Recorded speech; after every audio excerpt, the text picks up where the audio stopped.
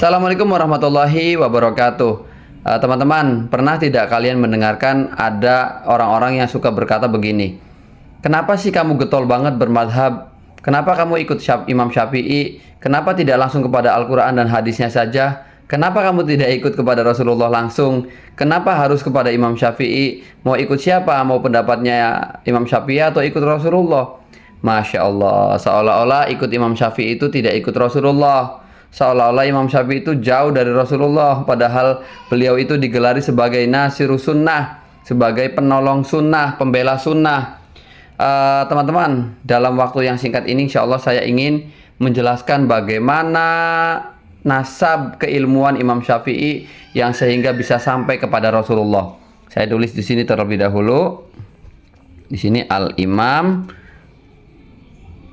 Asy-Syafi'i. Nasab keilmuan dari Imam Syafi'i, Imamuna Syafi'i radhiyallahu taala anhu. Jadi jangan sembarang ngomong ya. Kita harus tahu dulu ini sejarahnya bagaimana supaya hati kita terbuka, pikiran kita juga terbuka. Al-Imam Asy-Syafi'i mulanya beliau tumbuh di Mekah, beliau belajar di Mekah. Saat beliau itu belajar di Mekah, beliau belajar kepada siapa? Kepada Sufyan bin Uyainah. Sufyan bin Uyainah belajar kepada siapa? Kepada Ibnu Jurayj. Ibnu Jurayj belajar kepada siapa? Kepada sahabat Nabi yang bernama Ibnu Abbas atau Abdullah bin Abbas. Ini putra dari pamannya Rasulullah, berarti sepupunya Rasulullah.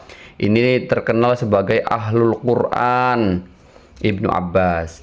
Kemudian Imam Syafi'i pindah ke Madinah. Nah, pindah ke Madinah, beliau belajar dari siapa? Kepada Imam Malik bin Anas. Ini masyhur sekali teman-teman, bahwa Imam Syafi'i itu adalah murid daripada Imam Malik bin Anas.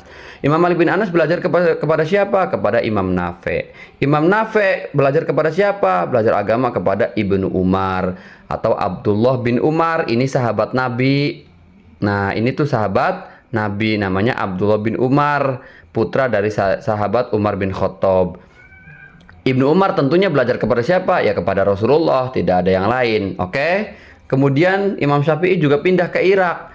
Pindah ke Irak, beliau belajar kepada siapa? Kepada Muhammad bin Hasan Asy-Syaibani. Dari Muhammad bin Hasan Asy-Syaibani belajarnya kepada siapa? Kepada gurunya Abu Hanifah. Abu Hanifah belajar kepada siapa? Kepada Hammad bin Abi Sulaiman. Hammad bin Abi Sulaiman belajar kepada siapa? Kepada Ibrahim An-Nakhai. Ibrahim An-Nakhai belajar kepada siapa? Kepada Alqamah An-Nakhai. Alqamah An-Nakhai belajar kepada siapa? Kepada Abdullah bin Mas'ud atau Ibnu Mas'ud. Ini juga sahabat Nabi yang hijrah ke Irak. Beliau belajar kepada siapa? Ya jelasnya kepada Rasulullah. Jadi teman-teman, supaya tahu bahwa Imam Syafi'i itu jalur keilmuannya semuanya nyambung kepada Rasulullah. Baik beliau saat berada di Mekah, baik beliau pindah ke Madinah ataupun hijrah ke Irak, semuanya bersambung kepada Rasulullah Shallallahu Alaihi Wasallam. Jadi ikut Imam Syafi'i ya sama dengan ikut Nabi Muhammad. Kita itu sudah dimudahkan sekali dengan rangkaian fikih yang sudah diatur oleh para imam mujtahid, sehingga kita tinggal menjalankan saja, tidak perlu repot-repot. Masya Allah, apalagi seperti kemampuan kita, kompetensi kita yang sangat jauh dari para tabi'in, para ulama-ulama di zaman dulu, kita sudah ikut saja. Hingga ikut Imam Syafi'i itu mau dari jalur Mekah, jalur Madinah, jalur Irak, semuanya akan bersambung kepada Rasulullah Shallallahu Alaihi Wasallam. Oke, mungkin cukup sekian saja teman-teman. Semoga bisa dipahami, bisa dimengerti, dan ini bisa dijadikan pegangan kita. Barangkali saja suatu saat nanti kita jumpa lagi dengan orang-orang yang provokator, yang suka mengadu domba, mau ikut siapa, mau ikut Nabi Muhammad atau ikut Imam Syafi'i. Kita tunjukkan saja dengan diagram ini ya teman-teman ya, bahwa silsilah Imam Syafi'i secara keilmuan mau dari jalur siapa saja akan sampai kepada Rasulullah SAW. Semoga bermanfaat. Assalamualaikum warahmatullahi wabarakatuh.